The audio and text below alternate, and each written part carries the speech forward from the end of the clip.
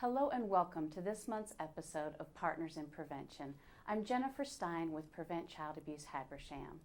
It's common knowledge that children that live in loving, healthy homes free of child abuse and neglect will turn out to be higher contributors to society and therefore possibly not pass on a cycle of abuse. So with that, what happens if a child does not have that from their birth family, where they're living in an unsafe environment? Today, we're going to be talking with the Department of Family and Children's Services about the foster care system and how important this program is for the reunification of families and healthy care for our children. So with me, I want to welcome, we have Renata Free. I just want to make sure I get the titles correctly. You are the County Director? Yes. And that's for Habersham County? Yes. And very good. And Tony Galloway, what is your title again, Tony? I'm a social services supervisor, and I supervise the foster care units in Rabun and Habersham. Very good. So Rabun and Habersham County. Wonderful. Yes, well, why don't you start by sharing with our viewers what might be some of the causes that a child would prompt a child to go into state care? Okay. All of our work is generated by a report that comes in to our office, whether by a walk-in report or through our centralized intake center or law enforcement.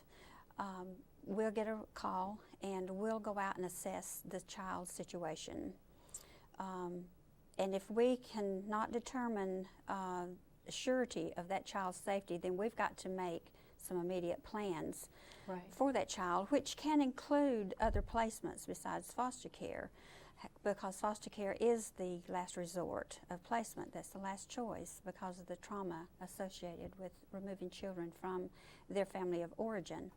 But children have come into our care due to substance abuse by their caregivers, domestic violence, physical abuse, sexual abuse, and then there are some of those neglect situations, could be medical neglect, that might cause a child to be determined unsafe and require the foster care services versus just working directly with the family.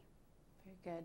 Now, with Habersham County, what would you say, knowing that there's a need for good quality foster care families, what would be the percentage of children that are going into foster care that you find that you're having to place outside of Habersham County?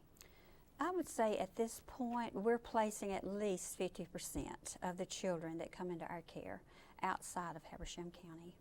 And what difficulties would that pose for the reunification process? Well, the biggest thing is that when children are outside the county, that they've already been removed from their home, so they've severed that contact. And if we have to place them outside the county, they also have to change schools. They lose contact with extended family and friends oftentimes. So it compounds what's already a traumatic situation. Right. And as far as working with the families to reunify, it just creates geographic barriers for visitation, which is one of the key things that has to take place for successful reunification. And it creates, it just adds a lot of extra legwork to making those things happen. And it can also, particularly with infants that can't travel a lot, it can place a financial burden on the family because they have to travel to wherever that infant's placed to visit. Right. And so this reunification process, the family visits, like how often would those typically occur during the length of stay that they're with foster care? It varies case to case, but as a rule, generally, younger children need more frequent visits, even if they're not as long, so that they can bond. Whereas older children with an established bond typically have maybe less frequency, but longer visits when they do occur. But I think with children definitely under 5, we usually strive to have visits at least once weekly.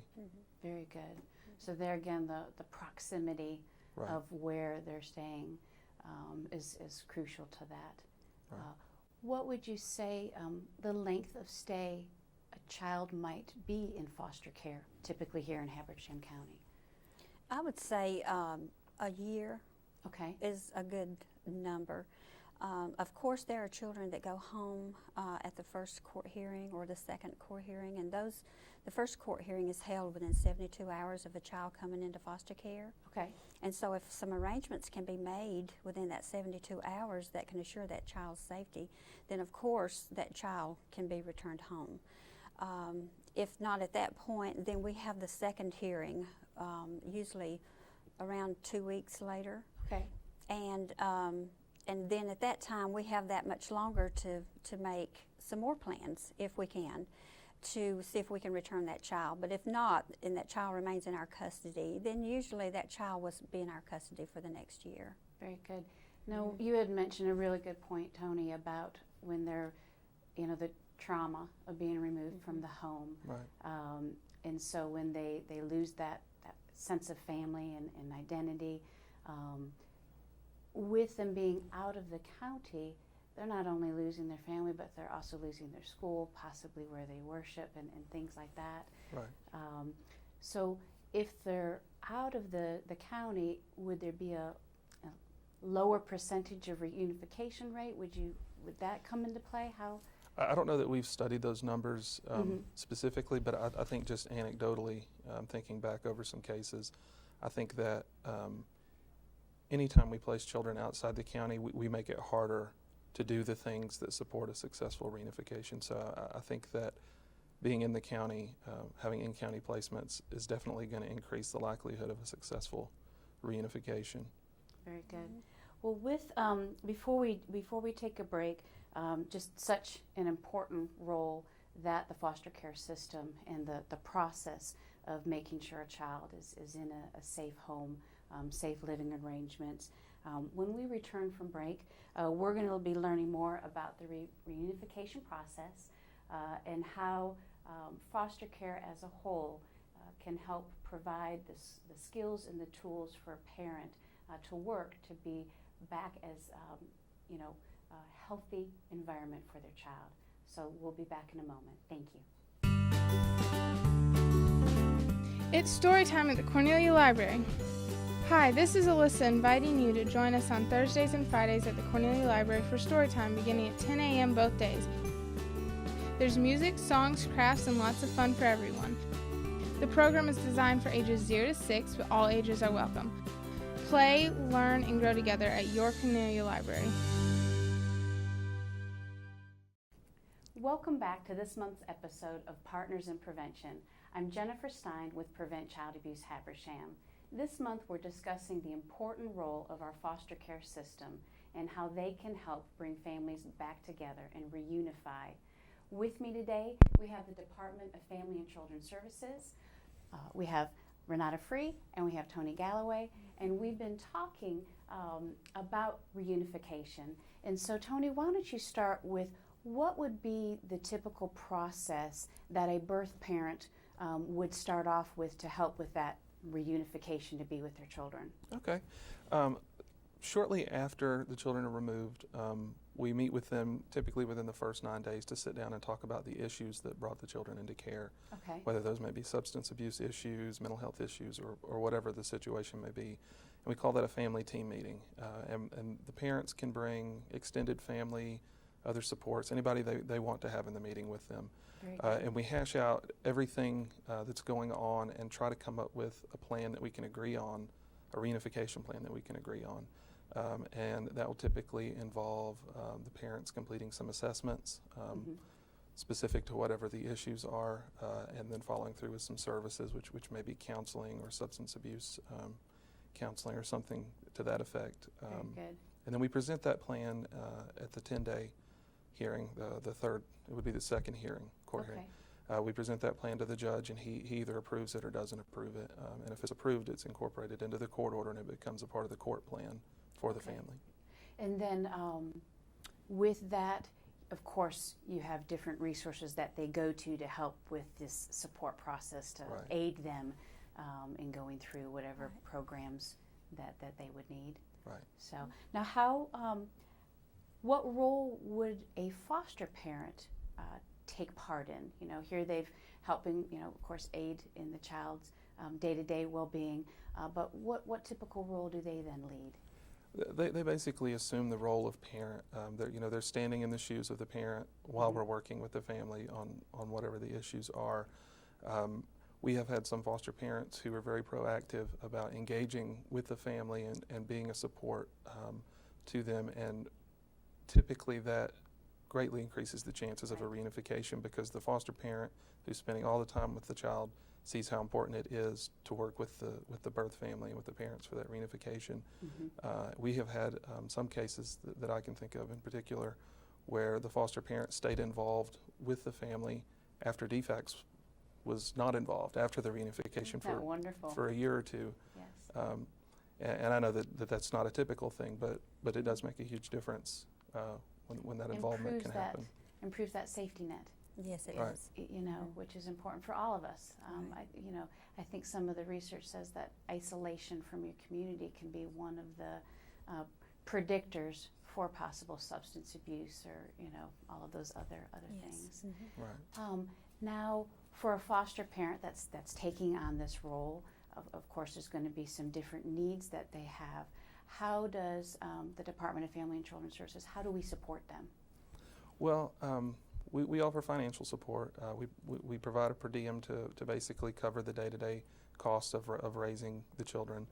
But in addition to that, we have several different programs that address specific things. We have an independent living program, which is for children ages 14 and up in foster care.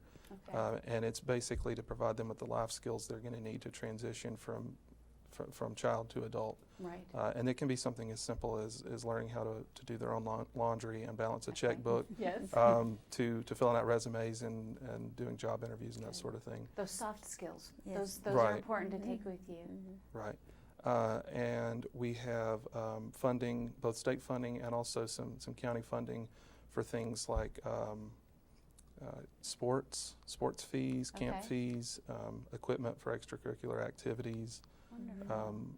class rings, prom gowns, just basically all of the things and the expenses that are a part of a normal childhood. Right. We try to make sure that all of those things are Okay. available to our foster children. Because we don't want them missing out. This Right. is not their fault. Right. They should not feel that they would have to miss out on important milestones such as prom and class rings and those things. Exactly. Very good. What as we're talking about this, with the visits and things of that nature, how else can we as a community possibly come together to help the system work better? Are there any things there that we could do? Well, I know that we're focusing on foster parenting today and the Mhm. importance of their partnering with our agency. We could not do our work without these important partners. But foster parents need support as well. And so as we approve families, we also ask them to find support systems to help them drive the children or babysit for them and be a support. And we will also approve them as caregivers to support the foster parents. Okay. So it takes a big family to take care of the children in Habersham County. So we try to find supports for the foster parents in that way. Wonderful. And I want to say that in some of the research that I was reading, that could even mean just babysitting for Right. those foster care parents on a weekend. Right. And allowing them to maybe go do something special. Yes.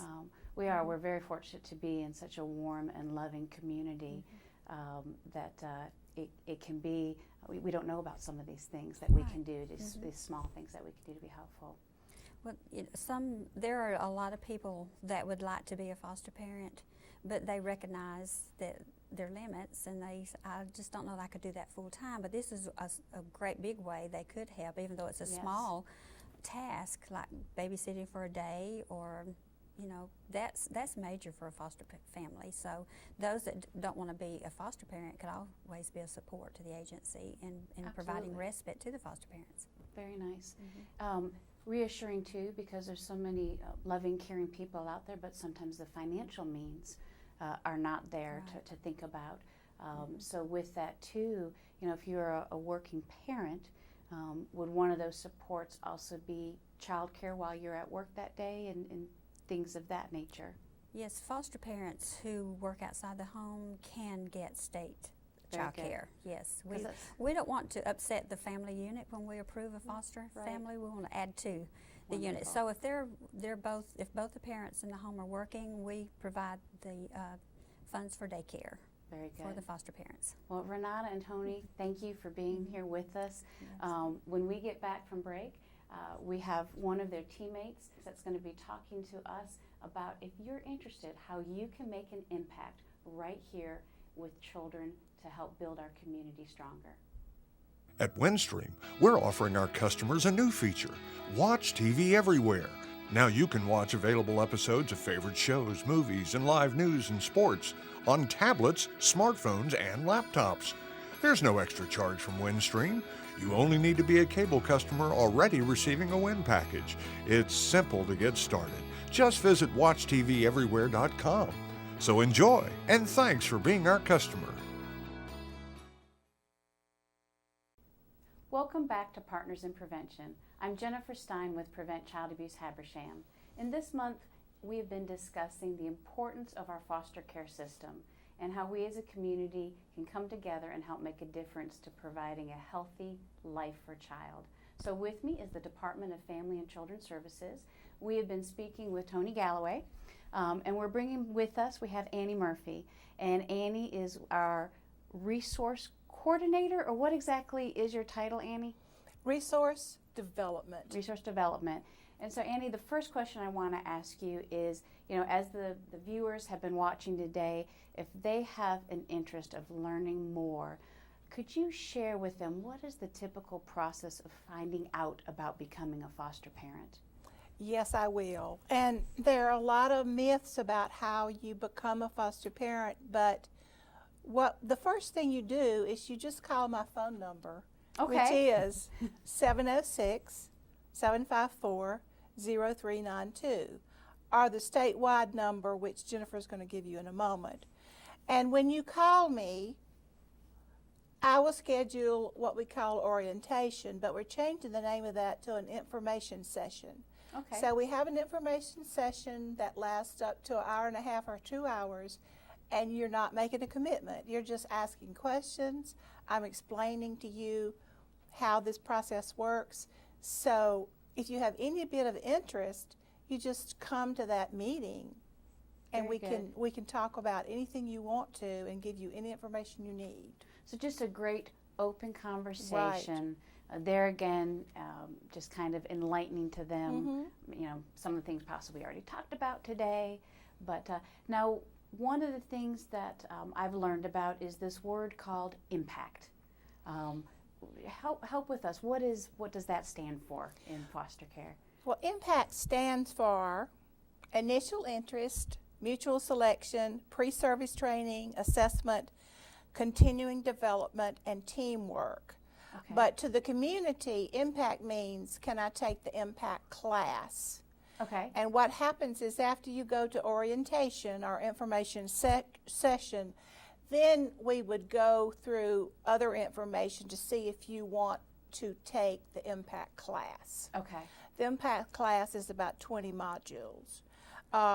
We have mutual selection, so by the time you're ready to decide, do you want to take the impact class, then you've decided, I think I really want to move forward. And we have done criminal history background checks and maybe a home visit. Okay. So still in the very beginning phases of this. Right. Very good. The pre-service training is the modules where you actually come to class, and that's the most fun part for the people and for me. We have a very great curriculum written by the state Okay. that lets you know kind of what you're getting into. Absolutely. Absolutely. Because it's a buy-in. Right. And just an investigative process to Right. make sure that this is something that you, your spouse, your family are ready to partner with Yes. you. And in this class, we cover briefly sexual abuse issues, mental diagnosis, Right. best ways to parent traumatized children, Very good. because traumatized children need a special type of discipline. Mm-hmm. It's against policy to spank, but they do not respond to harsh discipline. Right. So the 20 hours is very informative. I wish I'd had it before I had 3 children. I could see where it'd be It's valuable. just all really, it's real practical, and it tells them how our system works, so they'll know more about our system. But all during this time, they haven't really made a commitment. At any time, they might say, well, I'm going to drop out, and maybe I'll do this later. Okay, So they're still gathering information. very good. Then the word assessment and impact means we get all the information together, write a summary, and we send it to staff to approve Okay, the assessment. Mhm. Then after someone's assessed and approved, we have continuing development, means we plan and offer training for you all year long to help you be an excellent foster parent. wonderful. And then we have teamwork as the last letter, which means you contact us. The foster parents that email us a lot and let us know everything that's going on, and most all are like that, Right. that helps everything. Mhm. We welcome your input, because sometimes we may not know something about a child that you know. So we love to have teamwork. Absolutely. Also, we're there supporting you too. You don't have to do this by yourself. Well, you have access to such great network of support where if they're day to day seeing something that this child needs, you can then help put that into place. Now, what would you say might be the biggest misconception about being a foster parent? Is there anything that you typically have to dispel when you're meeting with these families? There are many fables out there. Right? I'm not sure what the biggest one is. Mm-hmm. It might be that I have to have the foster parents and the child over to eat dinner with me and come over to Okay. my house. Okay. The answer is that's a fable. We want you to have a compassionate heart towards the birth parents, Right. but any contact would be monitored and approved and recommended by the DFACS office. Very good. And a lot of the contact is when you see the children when they're meeting for a visit Mhm. and things like that. But I did want to say that there's so many fables that I just wish you'd call me and you'd come to orientation and we'll talk about them, because there are a lot of strange fables. I've heard somebody say you can't be a foster parent if you have dogs, Right. Right. different So- things. Right. And you can be a foster parent if you're single.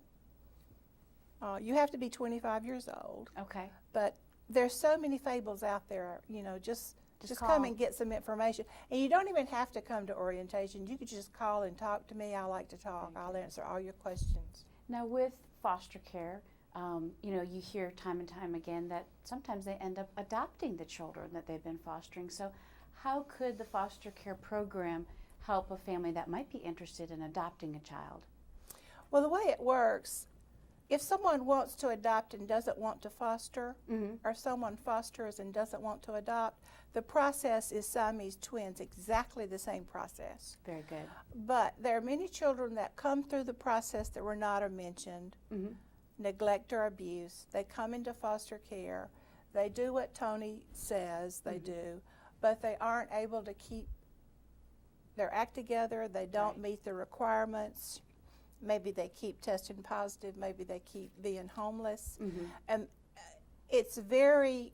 we have to have an overwhelming set of information, and Tony could tell you about that. But some children are going to end up having to be adopted because the birth family doesn't come through, and no grandmothers come through. And since that child is already attached To to a the foster home, it's probably been a year, they're calling them mommy and daddy. For the child's sake, we're going to let the foster parents know this child is going to come available for adoption. Would you like to be the first one considered? Very good. Well, Annie, Tony, I hate to say we are out of time. I want to thank the Department of Family and Children's Services for being with us today. Please give Annie a call. Annie, again, what is your local number if people are interested? 678-654-0392. Very good. So 706-754-0392, and then the state number is 1-877-210-KIDS. We appreciate you tuning in today. Thank you.